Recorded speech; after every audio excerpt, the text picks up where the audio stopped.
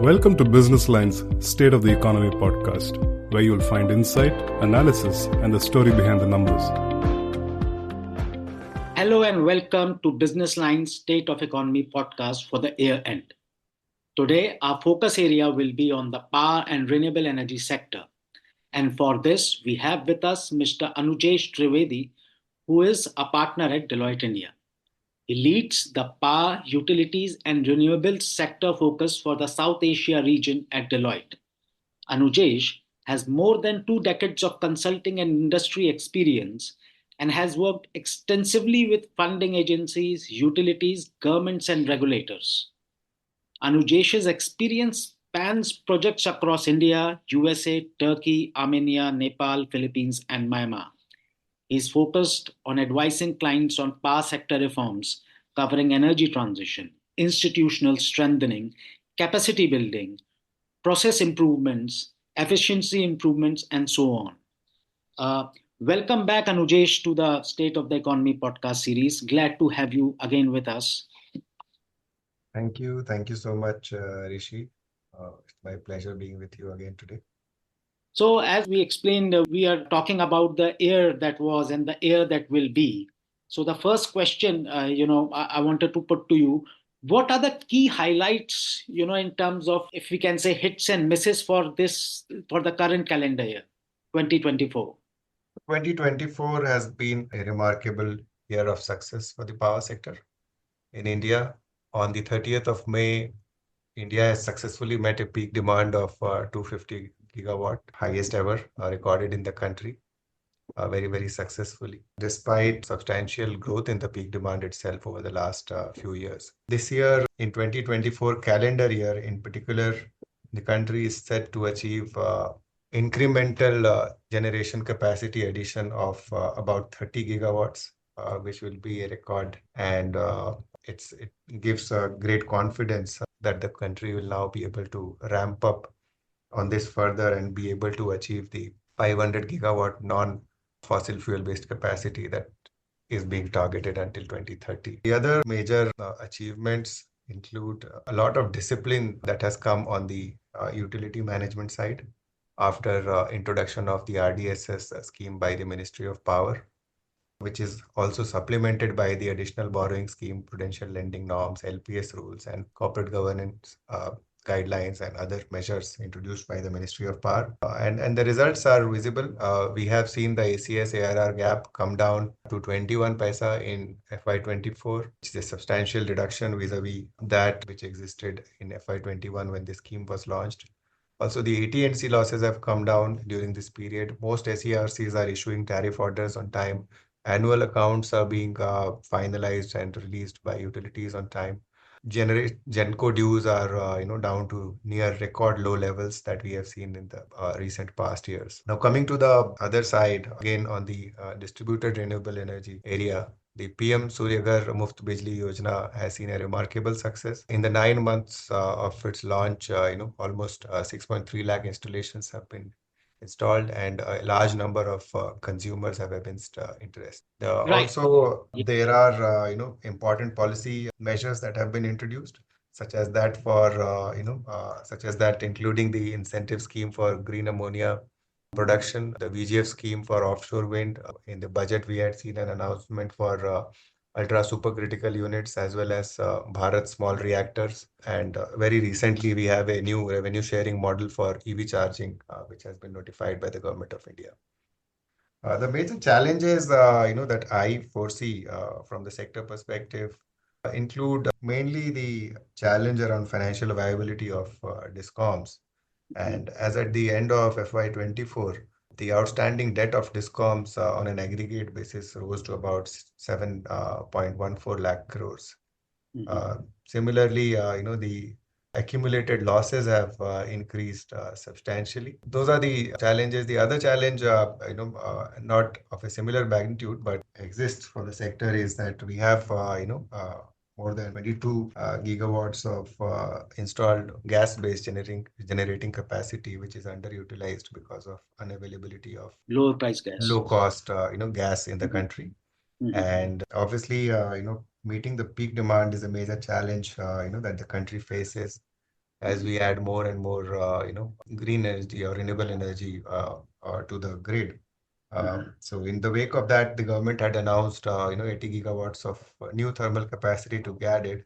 The challenge there is that, over the last 10 years, we have added very limited thermal generation capacity in the country, and the entire OEM supply chain for, main plant equipment as well as the balance of plant equipment has virtually been out of. Yes. They have virtually not produced anything, or very little production has happened in the country, and therefore there is a supply chain issue on that part.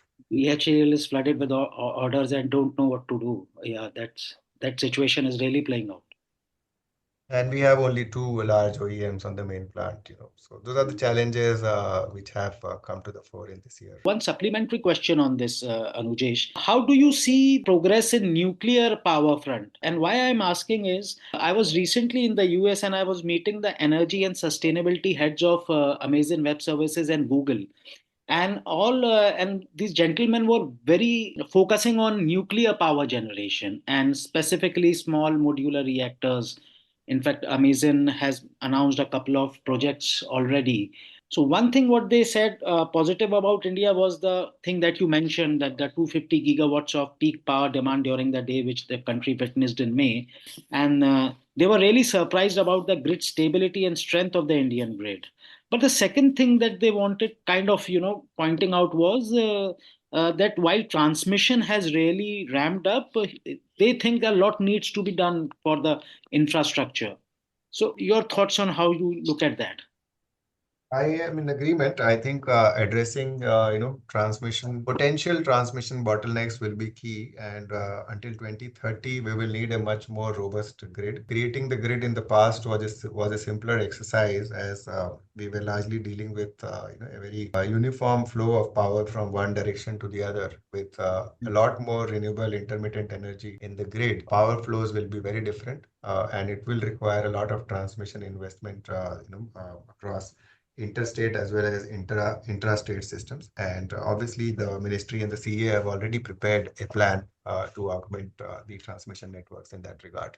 So, this brings us to the second part. And let me comment on the nuclear thing as well. As I was mentioning, the budget announcements last year already After that, had something on the small and medium reactor, SMRs. Bharat SMRs. Yeah. And the government of India's initiative on allowing private sector in some form in this area is also a welcome step. Obviously, availability of technology and how SMRs roll out, in the West itself, US, Canada in particular, will shape the future in this area. And for data centers, large hyperscaler data centers, it makes perfect sense to go for nuclear reactor, as they need consistent Much power more supply to operate. Yeah. So, this brings us to the second part of the our discussion on our listeners were very keen on understanding, the key events that they should follow for both power and the renewable sector. And it would be very kind if you could take us down on what are the key issues or developments that we should watch out for in the next calendar year. I think a lot of domestic manufacturing capacity will come up because of the PLI initiative under for solar, in particular, True. which will strengthen the entire supply chain for solar manufacturing in India. In terms of events, I think this sector is very, very eventful. Across the value chain, you see, a lot happening on the generation side. In the last year, in particular, transmission again came on into focus because of potential bottlenecks that may emerge as we add more renewable energy capacity. On the distribution side, also, you have seen, that the government has moved with private sector participation in union territories, where some of the transactions have progressed to a mature state now. We should expect listing of potential state-owned power sector entities, whether it is the holding company, generation company, transmission company, or distribution companies, which will vary from state to state. But some action on the front of private sector participation in discoms, at a state level can also be expected. Okay, so the third part comprised of challenges that were there. So one thing that I wanted to ask you specifically was on the PM Surya Ghar Muft Bijli Yojana. It's taking up really well, and the MNRE expects to reach 12 lakh installations by March 2025. So, the coming year, we'll see. How do you see the proliferation? Because it seems the government is pretty serious about it. And this second thirst, we expect rooftop solar on the residential side at least to pick up. How are analysts and people who are like you with deep knowledge of this sector, how are you looking at this? Is it still the beginning? And normally what happens in beginning, governments push it for advertisements and whatnot. And suddenly, as the time goes by, they languish, like what happened with rooftop solar second part, which was there, which has been subsumed in this, or what has happened with solar pumps and others. These schemes have been languishing. PM Kusum, what I meant. So how does an expert like you look at this? And what can 2025 bring in? We'll see. We understand we'll see a renewed thirst by the government on this, but how are people like you looking at this? So Rishi, this program is being run very differently, and as you see, the government program is directly, monitoring the response of end participants, that is potential residential households. Mhm. And as I was mentioning in the very beginning, in the first 9 months itself, scheme has received 6.3 lakh installations and a large number of responses. So I think unlike many of the other schemes where the dependence was on intermediaries, the government's focus on directly seeking response and interest from potential end users who are interested in this program is a game changer. And obviously, the agencies which are involved in the implementation are setting up a robust process, including IT and other infrastructure which is required to handle this volume of requests and processes to be taken up at the same time. So I see this scheme moving in the right direction, and we are hopeful that it will be a big success, resulting in major addition of distributed renewable energy capacity in a period of 1 to 2 years. Now, I wanted to ask you about two things. One, you have already mentioned about the challenges that are there, like transmission infrastructure is there. Another important part in that will be the smart meter implementation. And you are among those people who've been watching this sector unfold for the almost last 20, more than 20 years. And I know there are not readily available answers for transmission because land is a very big issue. Right of way issues are there. So there are teething problems even government is dealing with, though it is committed and it's trying to solve these issues, but they take time. Infrastructure projects are almost behind schedule across the globe. So, and at the same time, we are consuming quite a lot of power, almost 6 to 7% on an annual basis. How do these two issues, you look at these two issues, the government is trying, how do you people on the other side look at their implementation? And what are your expectations? We expect the government to double down on this in the new year, but what are your expectations? I think ability to identify the need for investments at the right time is paramount. While transmission projects take time, we have institutionalized a mechanism where projects are identified, approved, and awarded for development under the IPTC route, Mhm. or as a special case sometimes with the public sector entities.